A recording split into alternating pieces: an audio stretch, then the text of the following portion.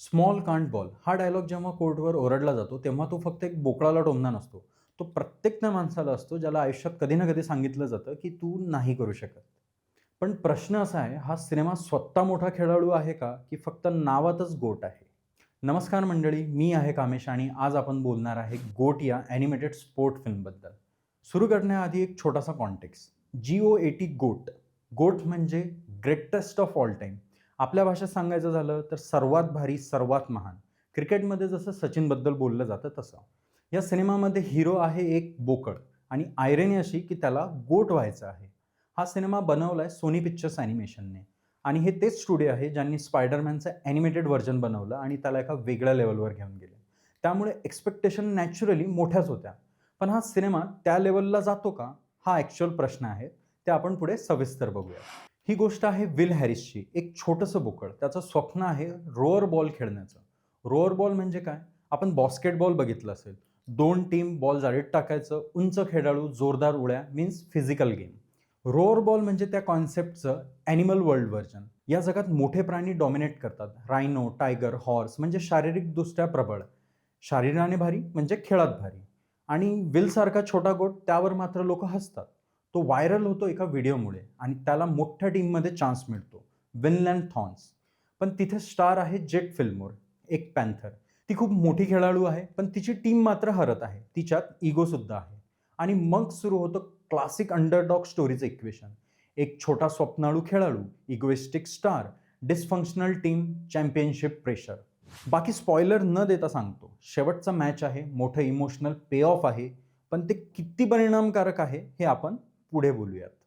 Expectation and कॉन्टेक्स्टबद्दल जर तुम्हाला समजून घ्यायचं असेल, तर अमेरिकन स्पोर्ट्सचं कल्चर आधी समजून घेऊया. USA बास्केटबॉल हा धर्मासारखा आहे, जसं इंडियामध्ये क्रिकेट. NBA नावाची मोठी लीग आहे, तिथे उंच ताकदवान खेळाडू डॉमिनेट करतात. या सिनेमाचा प्रोड्युसर आहे स्टीफन करी आणि हा माणूस NBAमध्ये सर्वात मोठ्या नावांपैकी एक नाव आहे. आणि त्यालासुद्धा करिअरच्या सुरुवातीला लोक म्हणायचे, "तू खूप स्किनी आहेस, तू खूप छोटा आहेस." पण त्याने मात्र या सर्वांना चुकीचं ठरवलं.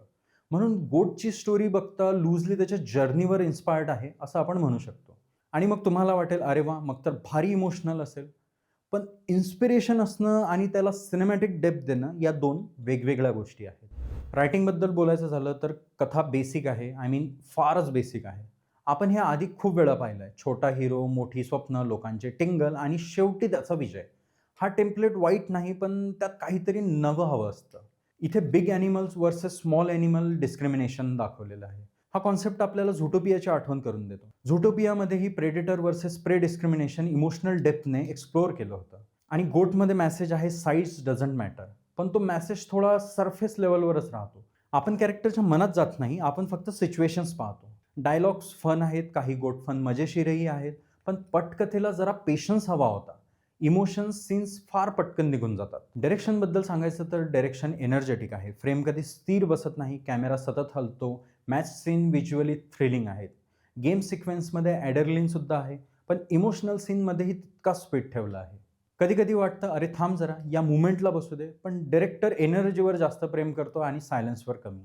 परफॉर्मन्सबद्दल सांगायचं झालं तर व्हॉईस ॲक्टिंग स्ट्राँग आहे. विलचा आवाज इनोसेंट आणि डिटरमिन्ड वाटतो. जेटच्या आवाजात इको आणि इन्सिक्युरिटी दोन्ही जाणवतं. सपोर्टिंग कॅरेक्टर्सही कलरफुल आहेत.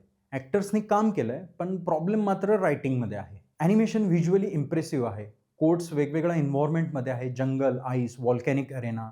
लाइटिंग आणि टेक्स्चरही स्टायलिश आहेत. गेम सिक्वेन्स सिनेमॅटिक आहेत. म्युझिक एनर्जेटिक आहे, पण काही वेळा खूप लाऊडही वाटतं. साउंड डिझाइनमध्ये मात्र सटलिटी कमी आहे. थीम ऑब्व्हियस आहे, लहान असणं म्हणजे कमी नाही. पण सबटेक्स्ट अजून आहेत.